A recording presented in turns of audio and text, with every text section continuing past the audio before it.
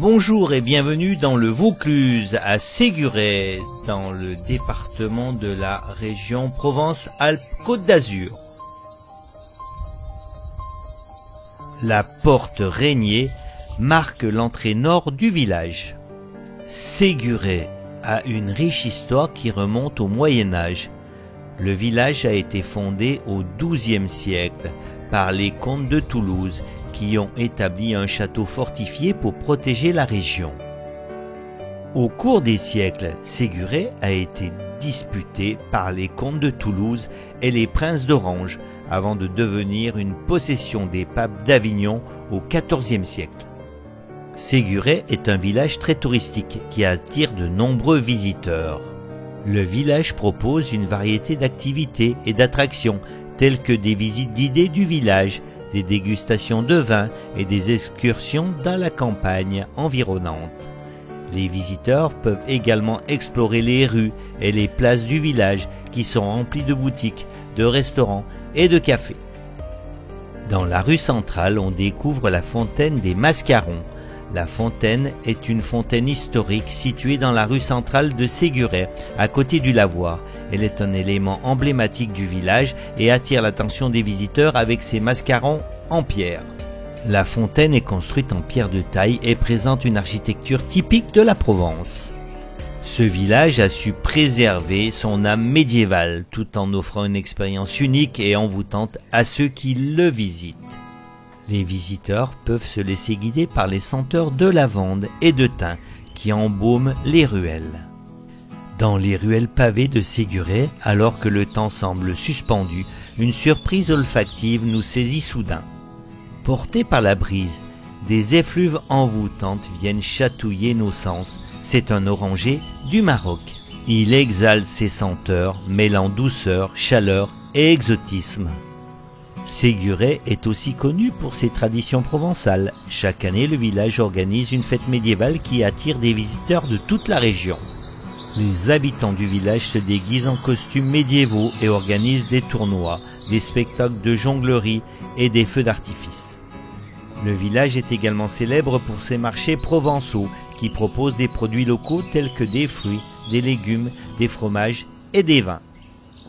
Parlons un peu de la météo. Le Mistral est un vent emblématique de la vallée du Rhône et Séguret, niché au pied des dentelles de Montmirail, n'échappe pas à son influence.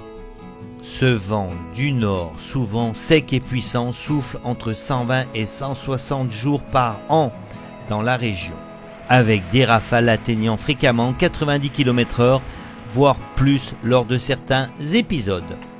C'est une destination incontournable si vous passez dans la région.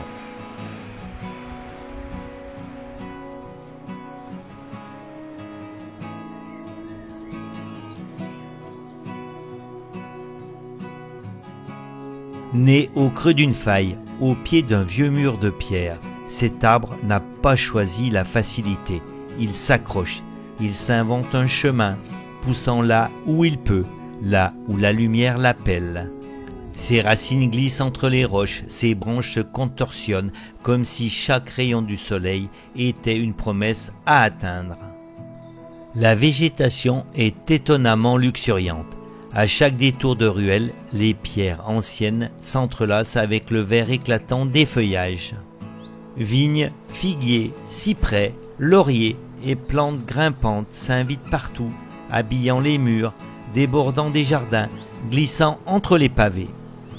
Ici, la nature ne se contente pas d'accompagner le paysage, elle l'enlace, le sublime, et lui insuffle une douceur presque méditerranéenne.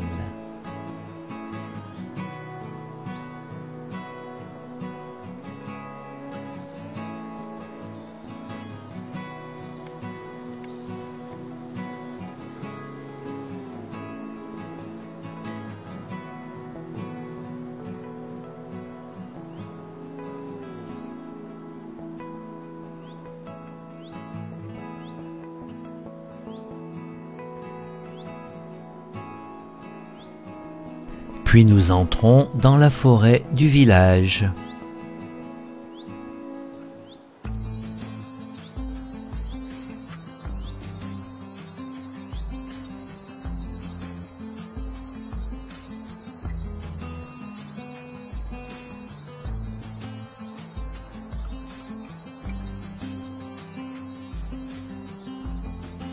Nous prenons un peu de hauteur en quittant les ruelles ombragées de Séguret. Nous entamons l'ascension vers le sommet du village, là où se dessinent les vestiges d'un ancien château médiéval. La montée est douce mais silencieuse, comme si le lieu nous demandait un certain respect. La vue au sommet est splendide. Puis nous découvrons le château de Séguret, aujourd'hui en ruine, fut autrefois une forteresse imposante qui surveillait la vallée du Rhône. Construit dès le XIIe siècle, il fut un point stratégique dans la défense de la région, changeant de main au fil des siècles et des conflits. Il offrait abri aux villageois lors des invasions et dominait fièrement les dentelles de Montmirail. À travers ces pierres effondrées, on devine encore la puissance qu'il a pu incarner.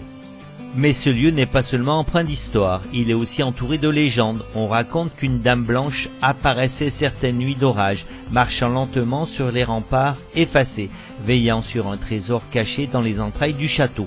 D'autres disent qu'il s'agissait de l'esprit d'une jeune fille du village, morte d'amour, en attendant un chevalier, jamais revenu de croisade.